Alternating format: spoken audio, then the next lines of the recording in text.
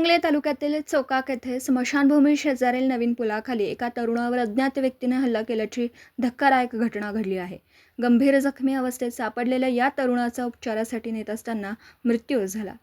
मृत तरुणाची ओळख विनोद सर्जेराव मुसळे उर्फ लालू, वय वर्ष 30, राहणार अतिग्रे, तालुका हातकणंगले अशी झाली आहे.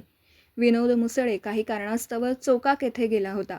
दरम्यान सांगली कोल्हापूर महामार्गावरील चोकाक हद्दीत नागपूर रत्नागिरी महामार्गाचं काम सुरू आहे. याच ठिकाणी चोकाक स्मशानभूमी शेजारील पुलाखाली सायंकाळी सुमारे 6:45 वाजण्याच्या सुमारास विनोद मुसळे जखमी अवस्थेत आढळून आला. पुलाच्या कामासाठी आलेल्या परप्रांतीय कामगारांनी ही माहिती तात्काळ हातकणंगले पोलिसांना दिली. माहिती मिळताच पोलीस निरीक्षक शरद मेमाने आपल्या पथकासह घटनास्थळी दाखल झाले. जखमी विनोद मुसळे याला तातडीने उपचारासाठी कोल्हापूर येथील CPR रुग्णालयात हलवण्यात आलं. मात्र उपचारापूर्वीच त्याचा मृत्यू झाला. या घटनेची नोंद हातकणंगले पोलीस ठाण्यात करण्यात आली असून हल्लेखोरांचा शोध सुरू आहे. पोलिसांकडून विविध शक्यतांचा तपास सुरू आहे.